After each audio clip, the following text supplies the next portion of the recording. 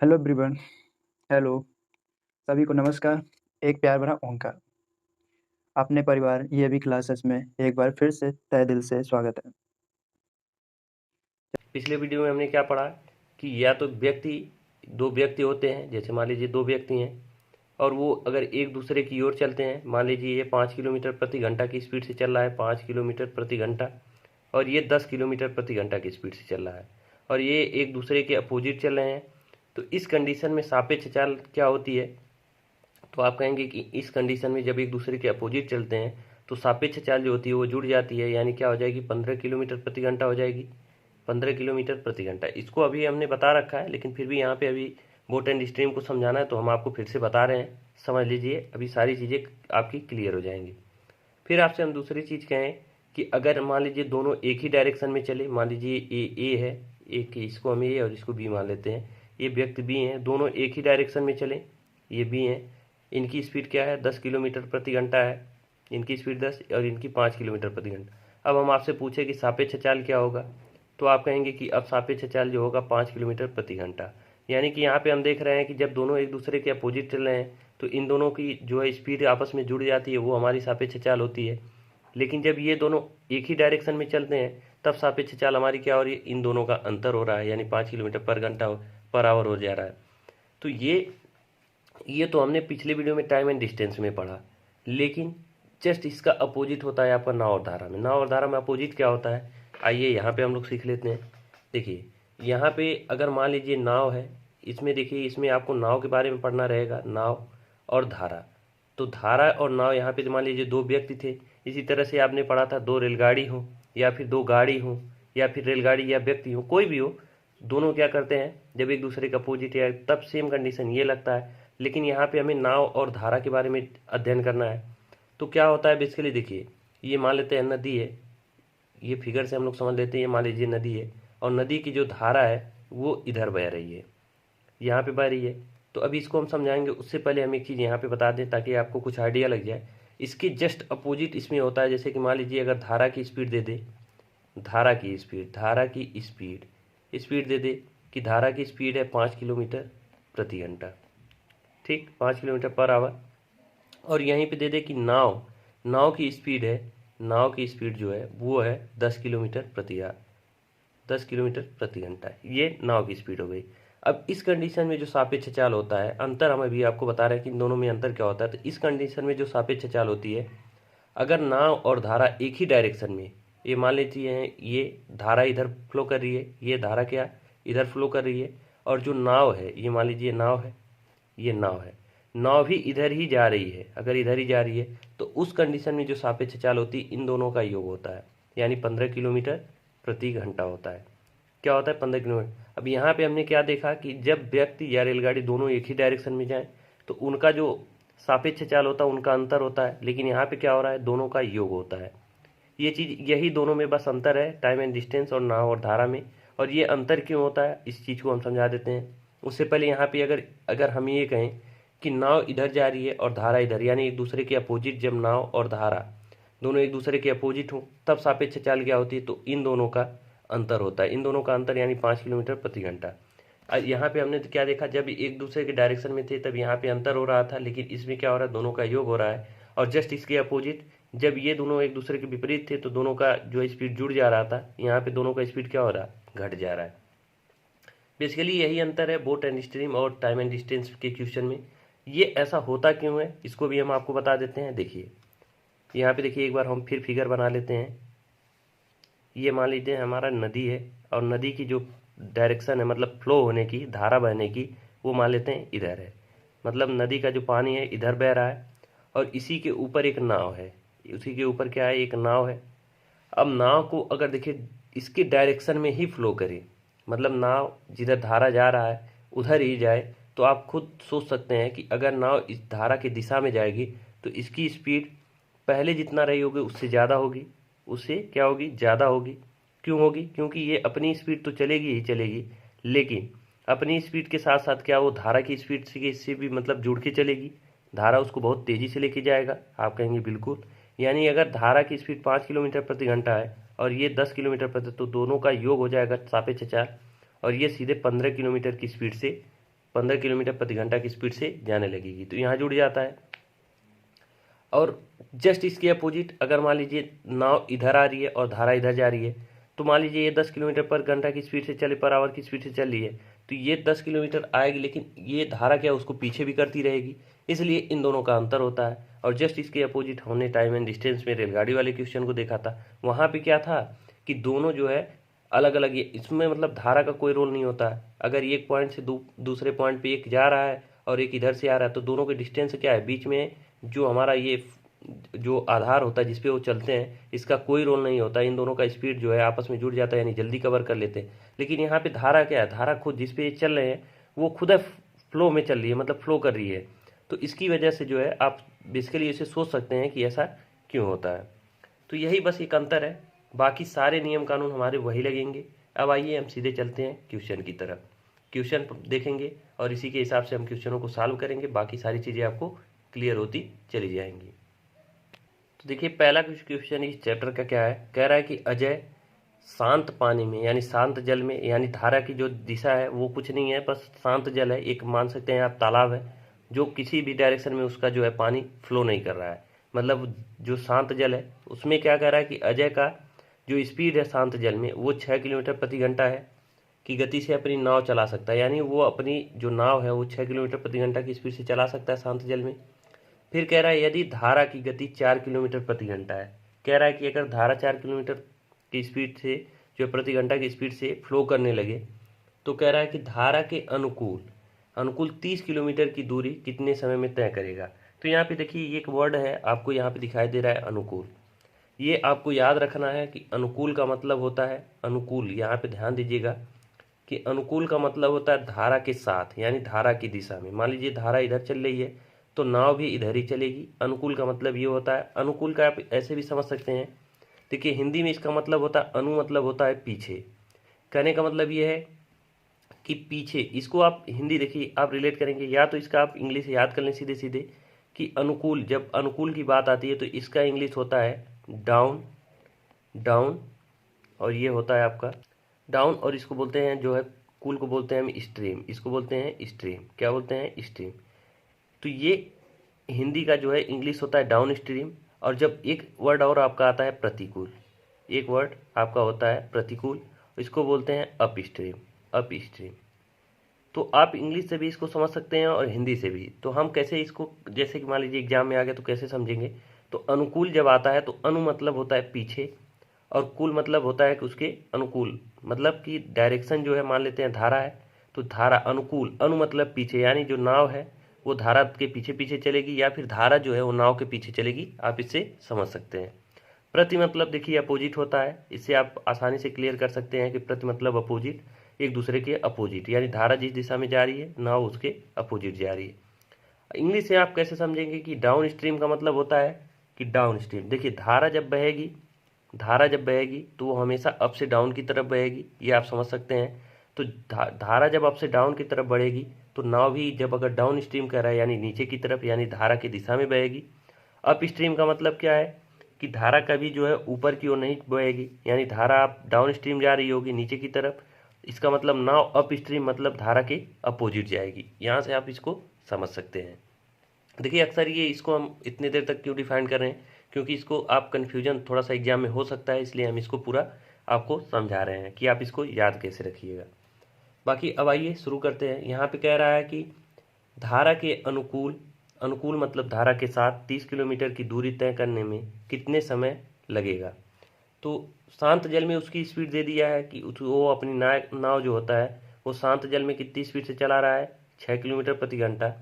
फिर अगर कह रहा है कि नाव, फिर यह धारा की गति 4 किलोमीटर प्रति घंटा है, तो धारा के अनुकूल, देखिए अगर वो शांत जल में 6 किलोमीटर की स्पीड से अपनी नाव चलाता है और अगर धारा की स्पीड जो है वो 4 किलोमीटर प्रति घंटा हो जाए, 4 किलोमीटर प्रति घंटा हो जाए, तो अब पूछ रहा है कि 30 किलोमीटर की दूरी तय करना है, तो समय हमें निकालना है।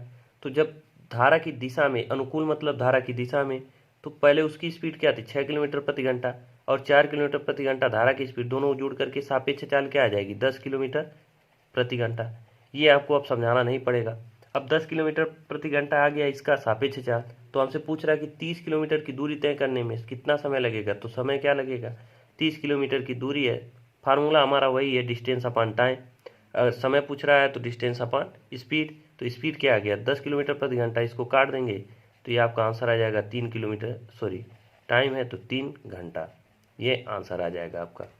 तो ये पहला क्वेश्चन था, हमने बहुत ही बारीकी से आपको अच्छे से समय दे करके पूरा समझाने की कोशिश किया। अब चलते हैं दूसरे क्वेश्चन पे। अब देखिए आपके क्वेश्चन अब उड़ते हुए चलेंगे, उड़ते हुए करने का मतलब आसान से क्वेश्चन है, इसको हम लोग जल्दी खत्म करेंगे। अब देखिए दूसरा क्वेश्चन क्या हमसे कह रहा है कि एक आदमी 8 घंटे में धारा के अनुकूल, धारा के अनुकूल मतलब धारा के साथ साथ यानी धारा की दिशा में 40 किलोमीटर और धारा के अनुकूल, यहाँ प्रतिकूल होना चाहिए, यहाँ धारा के प्रतिकूल कर लीजिएगा, वैसे आपके बुक में ये होगा कि धारा के अनुकूल और यहाँ पे धारा के प्रतिकूल, सॉरी पहला जो है ये क्वेश्चन में दिया था, ये आपका बुक में है जो टाइप ये लिखने के लिए गलती हो गया है, ये अनुकूल सही है, इसको अनुकूल रहने दीजिए, ये प्रतिकूल है, इसको ये प्रतिकूल है। तो वो कह रहा है कि यदि आदमी 8 घंटे में धारा के प्रतिकूल 40 किलोमीटर और धारा के अनुकूल 36 किलोमीटर की दूरी 6 घंटे में तय करता है तो धारा की गति बताना है। तो देखिए ये चीज़ आप ध्यान रखिएगा कि हमेशा आप कुछ भी मानिएगा आपके ऊपर है, लेकिन अक्सर याद रखिएगा कि जो है नाव की स्पीड x मानते हैं और धारा की स्पीड हम हमेशा y मानेंगे, इसलिए हम फिक्स कर दे रहे हैं, क्योंकि देखिए एग्जाम में ये ध्यान भी रखना होता है कि हमने किसको धारा की स्पीड माना है और किसको नाव की माना है। तो हम हमेशा नाव की स्पीड x मानेंगे और धारा की स्पीड क्या मानेंगे, y मानेंगे। तो क्या कह रहा है कि एक आदमी 8 घंटे में धारा के प्रतिकूल, धारा के प्रतिकूल का मतलब क्या है, सापेक्ष चाल क्या होगा कि नाव की स्पीड में से हम धारा की स्पीड घटाएंगे तब हमारा सापेक्ष चाल आएगा, और वो 40 किलोमीटर 8 घंटे में तय करता है। तो यहाँ से स्पीड आ गया डिस्टेंस अपॉन टाइम, और प्रतिकूल का मतलब ये है कि जो नाव की स्पीड होगी उसमें से हम धारा की स्पीड निकाल देंगे, ये अभी हमने आपको समझा चुका कि सापेक्ष चाल कैसे निकालते हैं। तो x माइनस वाई का मान यहाँ से क्या आ जाएगा, 5 घंटा आ जाएगा, सॉरी 5 किलोमीटर प्रति घंटा, ये स्पीड आ गई 5 किलोमीटर प्रति घंटा। फिर आगे क्या कह रहा है कि धारा के अनुकूल 36 किलोमीटर, अनुकूल का मतलब धारा की स्पीड और जो है उसके नाव की स्पीड दोनों जुड़ जाएगी, 36 किलोमीटर यानी 36 बटे क्या होगा 6 घंटे में तय करता है, यानी 6 से हम भाग कर देंगे तो क्या आ जाएगा 6 किलोमीटर प्रति घंटा आ जाएगा, 6 किलोमीटर प्रति घंटा। तो हमसे क्या पूछ रहा है कि धारा की गति, अब इन दोनों समीकरण को हमें सॉल्व करना है और हमें धारा की गति निकालना है। तो धारा की गति हमने क्या माना है, y माना है, यानी y का मान हमें निकालना, तो इसको हम कैसे निकालेंगे। देखिए इस तरह की जब भी दो समीकरण आ जाए तो आप इसको जोड़ के करेंगे तभी वही मान आएगा, और ऐसे डायरेक्ट करने के लिए इसको सिंपल सा एक तरीका होता है कि अगर आपसे ये जो माइनस वाला है, माइनस और प्लस में है, इसको पूछे तो हम क्या करते हैं, दोनों में से मतलब बड़े में से छोटे को घटा करके 2 से भाग कर देते हैं, और अगर आपसे प्लस जो दोनों के साथ प्लस के साथ है इसको अगर पूछे यानी x का मान पूछे तो दोनों को जोड़ करके 2 से भाग कर देते हैं। तो हमसे धारा की गति पूछ रहा है तो धारा हमारा y है, यानी y का मान पूछ रहा है, तो हम बड़े में से छोटे को यानी 5 में से 6 को, सॉरी 6 में से 5 को हटाएंगे a और 2 से भाग कर देंगे तो ये मान होगा, तो ये क्या हो जाएगा 0.5 किलोमीटर प्रति घंटा। तो इस तरह से सॉल्व करेंगे तो y का मान आ जाएगा 0.5 किलोमीटर प्रति घंटा, जो कि ऑप्शन नंबर ए सही हो जाएगा। अब आइए तीसरे नंबर के क्वेश्चन पे चलते हैं। देखिए सेम क्वेश्चन तीसरा है, एक नाव 10 घंटे में धारा के अनुकूल 100 किलोमीटर 15 घंटे में 75 किलोमीटर प्रतिकूल जाती है, तो धारा की गति कर लीजिएगा, सेम वही है, लाइए कर ही देते हैं। कह रहा है कि 10 घंटे में धारा के अनुकूल यानी x प्लस वाई, अनुकूल का मतलब दोनों की गति जुड़ जाएगी, 100 किलोमीटर 10 घंटे में यानी स्पीड क्या आ जाएगी 10 किलोमीटर प्रति घंटा, ये आ गई। उसके बाद कह रहा है कि 15 घंटे में 75 किलोमीटर यानी x माइनस वाई का मान क्या आ जाएगा 75 बटे 15 यानी 15 पचे 75 यानी 5 किलोमीटर प्रति घंटा। अब हमसे पूछ रहा है धारा की गति, धारा की गति यानी माइनस प्लस वाले की यानी y का मान पूछ रहा है, तो y बराबर क्या होगा, इन दोनों का अंतर बटे 2 यानी इन दोनों का अंतर 5 बटे 2 यानी 2.5 किलोमीटर प्रति घंटा, ये आ जाएगा। इसको सॉल्व कर दीजिए आपका बी सही हो जाएगा। अब आइए चौथे नंबर के क्वेश्चन पे चलते। देखिए अब हमने सारे तरीके आपको समय देकर के अच्छे से समझा दिए, अब हमें क्या करना है, बस क्वेश्चन को खींचते हुए चलना है। देखिए चौथे नंबर क्वेश्चन में क्या कह रहा है कि एक धारा की गति 3 किलोमीटर प्रति घंटा है, यानी धारा की गति क्या है 3 किलोमीटर प्रति घंटा, और जो शांत पानी में व्यक्ति की गति क्या है 5 किलोमीटर प्रति घंटा, यानी शांत अगर जल रहे कोई धारा का प्रवाह न रहे तब व्यक्ति क्या करेगा, वो उसकी स्पीड तब 5 किलोमीटर प्रति घंटा होगा। लेकिन फिर प्रश्न में हमसे क्या कह रहा है कि उस व्यक्ति द्वारा धारा के अनुकूल 26 किलोमीटर तैरने में समय कितना लगेगा। तो देखिए, धारा की गति 3 किलोमीटर प्रति घंटा है और व्यक्ति की स्पीड क्या है, 5 किलोमीटर प्रति घंटा शांत जल में। तो अगर उसके अनुकूल चलें तो दोनों की सापेक्ष चाल, देखिए जब धारा की दिशा में ही फ्लो करेगा मतलब तैरेगा तो इसकी दोनों की स्पीड जुड़ जाएगी, यानी इसका 5 है, मतलब धारा की गति 3 है और व्यक्ति की गति कितनी है, 5, यानी दोनों की सापेक्ष चाल 8 किलोमीटर प्रति घंटा हो जाएगा। ये सारी चीज़ें हमने आपको बता दी है। तो कह रहा है 26 किलोमीटर तय करने में समय, तो समय बराबर क्या होता है, डिस्टेंस अपॉन टाइम। तो डिस्टेंस है 26 और समय के स्पीड डिस्टेंस अपॉन समय बराबर डिस्टेंस अपॉन स्पीड होता है। स्पीड हमारा कितना आ गया, 8 किलोमीटर प्रति घंटा। तो इसको काट देंगे, 8 त्रिक 24 और ये 2 26/8, इसको 2 से काटेंगे एक बार में और ये 4 बार में कट जाएगा। 3 से 1/4 घंटा, यही आपका सही जवाब हो जाएगा। अब आइए 5वें नंबर पे चलते हैं। अब देखिए 5वें नंबर के क्वेश्चन में कुछ नहीं कह रहा है कि नाव की गति धारा के साथ, यानी धारा के साथ मतलब नाव है, ये नाव की गति है और धारा की गति वाई है, दोनों के साथ क्या है 12 किलोमीटर प्रति घंटा।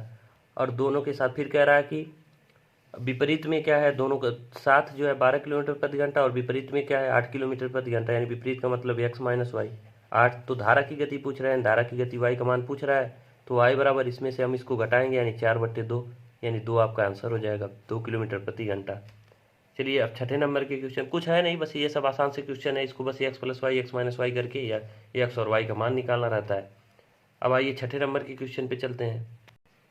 अब देखिए 6 नंबर क्वेश्चन में क्या कह रहा है कि एक आदमी धारा के प्रतिकूल 36 किलोमीटर और धारा के अनुकूल 48 किलोमीटर की दूरी तय करता है। हर बार वह 6 घंटे का समय लेता है, तो धारा की गति। सेम क्वेश्चन है, बस यहाँ पे क्या दिया है, डिस्टेंस दिया है और प्रतिकूल दिया है। प्रतिकूल का मतलब x माइनस वाई। अगर 36 किलोमीटर की दूरी 6 घंटे में, हर बार क्या 6 घंटे समय लेता है, तो 6 से डिवाइड करेंगे यानी x माइनस वाई का मान क्या आ जाएगा, 6 आ जाएगा।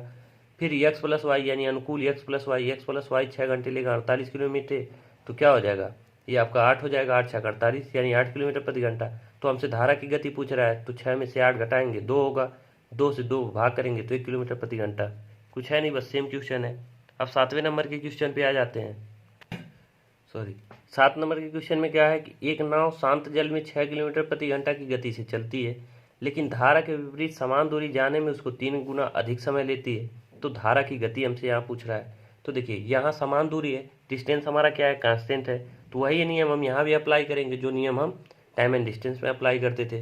तो जब डी हमारा कांस्टेंट होता है, ये हमने बताया है आपको कि डी जब हमारा कांस्टेंट होता है यानी परिवर्तित नहीं होता है, तब हम क्या करते हैं, जो टाइम का रेशियो होता है और जो स्पीड का रेशियो होता है एक दूसरे के अपोजिट होते हैं। तो यहाँ टाइम का रेशियो दे रखा है, समान दूरी जाने में 3 गुना अधिक समय लेता है, यानी पहले अगर समय 1 लिए ले रहा होगा तो उसके बाद से जब अपोजिट जाएगा तो 3 गुना अधिक का मतलब एक और 3 का रेशियो बन जाएगा।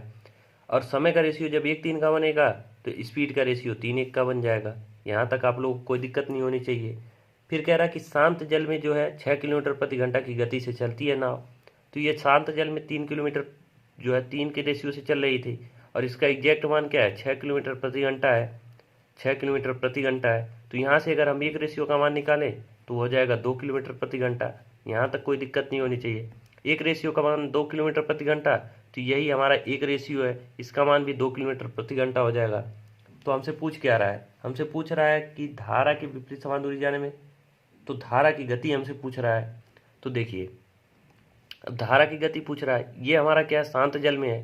शांत जल में अगर मान लीजिए कोई है यक्स का मान दिया है शांत जल में 6 किलोमीटर प्रति घंटा, और अगर धारा के विपरीत यानी धारा के विपरीत जा रहा है यानी x माइनस वाई का मान दिया है, x माइनस वाई का मान हमने यहाँ निकाला, एक रेशियो का मान 2 किलोमीटर यानी 2 किलोमीटर प्रति घंटा, ये प्रति घंटा भी कर लीजिएगा, 2 किलोमीटर प्रति घंटा। तो यहाँ से हमसे पूछ रहा है कि धारा की गति यानी y का मान पूछ रहा है, तो y का मान हम कैसे निकालेंगे, इसका मान है 6 और इस ये बराबर y, तो y को इधर ले जाएंगे तो प्लस में हो जाएगा, इसको इधर माइनस कर देंगे तो यानी 6 - 2 बराबर y, तो y बराबर यहाँ से क्या आ गया 4 किलोमीटर प्रति घंटा, यही इसका मान हो जाएगा 4 किलोमीटर प्रति घंटा। ऑप्शन नंबर ए सही हो जाएगा। अब आइए 8वें नंबर क्वेश्चन पे चलते हैं। देखिए यहाँ पे क्या कर रहा है, 8वें नंबर क्वेश्चन में कह रहा है कि एक व्यक्ति शांत पानी में प्रति घंटा 7 से 1/2 किलोमीटर की दूरी तय कर सकता है और उसे पता चलता है कि उसे नदी के विपरीत जाने में धारा के साथ जाने से जो गति से 2 गुना समय लगता है। कहने का मतलब ये है कि शांत पानी में वो प्रति घंटे कितना की स्पीड से चल रहा है, 7.5 किलोमीटर प्रति घंटा की स्पीड से चल रहा है। फिर कह रहा है कि उसे पता चलता है कि उसे नदी के विपरीत जाने में जो समय लगता है और धारा के साथ जाने की गति से जो है जो समय लगता है वो विपरीत लगता, मतलब 2 गुना लगता है। यानी कि वो, अगर देखिए यहाँ पे हम एक चीज़ मान सकते हैं कि डिस्टेंस हम कांस्टेंट मान सकते हैं, तो यहाँ पे समय का जिक्र किया है। अगर वो धारा के साथ जा रहा है, धारा के विपरीत जा रहा है, यहाँ पे हम पहले ले लेते हैं धारा के साथ। जब धारा के साथ जाएगा, यानी यहाँ पे धारा के साथ यानी एक्स प्लस वाई हम कर लेते हैं, तो धारा के साथ जाएगा तो जाहिर सी बात हो उसकी स्पीड ज़्यादा होगी, और जब ज़्यादा स्पीड होगी तो समय मान लेते हैं 1 लग रहा है। लेकिन वहीं अगर धारा के विपरीत वो जा रहा है तो समय क्या लग रहा है, 2 गुना लग रहा है, यानी 2 गुना टाइम लग रहा है। यहाँ पे साफ साफ कह रहा है कि यदि उसे नदी के विपरीत जाने में धारा के साथ जाने से गति से 2 गुना समय लगता है, यानी धारा के साथ जा रहा है तो मान लीजिए 1 टाइम लग रहा है, और उसके विपरीत जा रहा है तो 2 टाइम लग रहा है। ये रेशियो हमने मान लिया। जब डिस्टेंस कांस्टेंट होता है तो टाइम और स्पीड का रेशियो क्या होता है, एक दूसरे का अपोजिट होता है। यानी स्पीड 2 रहा होगा, धारा के साथ जाने में 2 एक्स मान लेते हैं, यहाँ पे 2x स्पीड से जाएगा। जस्ट इसका अपोजिट क्या होगा, एक्स की स्पीड से। आप चाहें तो एक्स ना माने 2 1 भी कर सकते हैं, लेकिन यहाँ एक्स मानने से सीधे सीधे अभी पता चल जाएगा कि एक्स का मान, या फिर एक रेशियो का मान निकालिए या एक्स का मान निकालिए। इतना तो आप लोग जानते होंगे, ये रेशियो बनेगा हमारा। अब क्या कह रहा है, कह रहा है कि अब हमने यहाँ पे देखिए एक्स प्लस वाई और एक्स माइनस वाई का मान हमको पता चल गया स्पीड का। अगर यहाँ पे देखें कि एक्स प्लस वाई का मान क्या है, 2x है, और एक्स माइनस वाई का मान यहाँ से हमें क्या पता चल गया, एक्स। ये रेशियो में है, अभी हमें ये रेशियो का मान निकालना है, ये अभी देखते चलिए। यहाँ से अगर हम निकालें कि यहाँ पे हमने एक्स वाई मान लिया, तो यहाँ पे इसके साथ ए मान लीजिए, ज़्यादा बेहतर होगा। इसके साथ हम ए मान लेते हैं। अब यहाँ से अगर हम ए का मान निकाल लें, यानी रेशियो का मान निकाल लें, तो यहाँ से अगर हम इन दोनों को ऐड कर दें तो आप सीधे सीधे जानते हैं कि 2 से हम भाग कर देते हैं। यानी एक्स का मान यहाँ से अगर हम निकालना चाहें, यहाँ से एक्स बराबर क्या हो जाएगा, इन दोनों को जोड़ेंगे यानी 3a/2, 3a/2 होगा। और ये 3a/2 हो गया। और यक्स, ये शांत जल में नाव की चाल है, शांत जल में नाव की चाल है, यानी जो व्यक्ति है वो शांत पानी में आता है, नाव की चाल कही है या तो उसके तैरने की गति कही है। और ये हमको क्वेश्चन में दे रखा है कि ये 7 से 1/2 किलोमीटर है प्रति घंटा है, तो ये स्पीड हो गई। तो इसकी जगह पे हम क्या लिखेंगे, 7 दूना 14, 15/2, यानी इसकी जगह पे हम सीधे सीधे लिख सकते हैं 15/2, यानी 15/2 किलोमीटर प्रति घंटा चल रहा है। यहाँ 2 से 2 कट जाएगा, ये 3 से आपका 5 बार में कट जाएगा, यानी से ए का मान क्या आ गया, 5 आ गया। और ये हमने इसको क्या मान रखा था, देखिए अभी हमने कहा कि इसको ये मान लीजिए, ए का मान आ गया 5, यानी कि इसका एग्जैक्ट वैल्यू इसका रेशियो का मान क्या आ गया, 5। और यहाँ पे ए का मान आ गया 5, तो ये क्या हो जाएगा, 10 हो जाएगा, ये 10 हो जाएगा। यानी कि धारा के साथ जो स्पीड है वो 10 आ गया, धारा के विपरीत जो है वो क्या आ गया, 5 आ गया। तो यहाँ से देखिए क्वेश्चन में आपका आगे यहाँ पे आपका दिया है, इंग्लिश वर्जन में दिया है, हिंदी में छोड़ दिया है कि धारा की स्पीड हमें निकालना है, धारा की गति निकालना है। तो धारा की गति हम निकाल सकते हैं आसानी से, एक्स प्लस वाई का मान पता चल गया, एक्स माइनस वाई का मान। तो धारा की गति हम कैसे निकालेंगे, वाई बराबर इन दोनों का अंतर यानी 5/2 यानी 2.5 किलोमीटर प्रति घंटा। बस हमें क्या करना था, यहाँ से ये एक्स प्लस वाई ये मान करके हमें सिर्फ रेशियो का मान निकाल के और इस मान से तुलना करना था, वो करके हमने पता कर लिया, एक्स प्लस वाई और एक्स माइनस वाई का मान पता चल गया, तो हम आसानी से वाई का मान निकाल सकते हैं।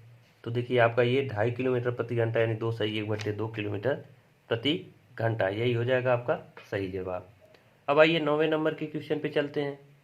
देखिए तो 9 नंबर का क्वेश्चन आप लोगों को खुद करना है। क्यों करना है, क्योंकि बहुत ही आसान से क्वेश्चन कह रहा है कि धारा के साथ नाव की गति 12 किलोमीटर प्रति घंटा की, धारा के विपरीत 8 किलोमीटर प्रति घंटा। तो अब यहाँ से हम निकाल लेंगे कि शांत जल में मतलब एक्स प्लस वाई का मान पता है, एक्स माइनस वाई का मान पता है, तो एक्स का मान हम निकाल लेंगे, यानी शांत जल में उसका स्पीड निकाल लेंगे। तो फिर कह रहा है कि शांत पानी में 24 किलोमीटर की दूरी तय करने में, जब हमें शांत जल का स्पीड पता चल जाएगा तो डिस्टेंस अपान हम स्पीड कर देंगे तो टाइम पता चल जाएगा। तो इसको आप लोग खुद करिएगा। अब आइए 10वें नंबर के क्वेश्चन पे चलते हैं। देखिए 10वें नंबर के क्वेश्चन में क्या कह रहा है कि एक नाव कुल 52 मिनट में 10 किलोमीटर धारा के प्रतिकूल और 11 किलोमीटर धारा के अनुकूल जा सकती है।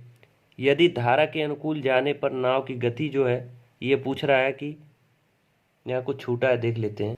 यहाँ पे देखिए लिखने में थोड़ा सा आज ज़्यादा गलती हो गया है। यहाँ पे कह रहा है कि यदि धारा के अनुकूल जाने में जो है धारा की गति क्या है ये पूछ रहा है। तो यहाँ पे एक चीज़ और दे दिया है आपके बुक में कि यदि धारा की गति 5 किलोमीटर प्रति घंटा हो, यदि धारा की, यहाँ पे धारा की गति दिया है, स्पीड दिया है 5 किलोमीटर प्रति घंटा, ये बुक में आपके दिया है, यहाँ पे छूट गया है। तो धारा की स्पीड क्या दिया है 5 किलोमीटर प्रति घंटा। तो कह रहा है कि धारा के अनुकूल जाने में नाव की गति क्या है। धारा के अनुकूल करने का मतलब क्या है, एक्स प्लस वाई का मान आपसे पूछ रहा है। तो यहाँ पे देखिए दिया क्या है कि टोटल 52 मिनट में क्या 10 किलोमीटर धारा के प्रतिकूल, यानी धारा के प्रतिकूल का मतलब क्या 10 बट्टे टोटल डिस्टेंस क्या है 10, और प्रतिकूल का मतलब एक्स माइनस वाई, यानी स्पीड से हम भाग करेंगे, स्पीड से हम भाग करेंगे यानी एक्स माइनस वाई होगा, तब जो समय लगेगा। फिर प्लस 11 किलोमीटर की डिस्टेंस जाता है धारा के अनुकूल, यानी एक्स प्लस वाई से हम डिवाइड करेंगे।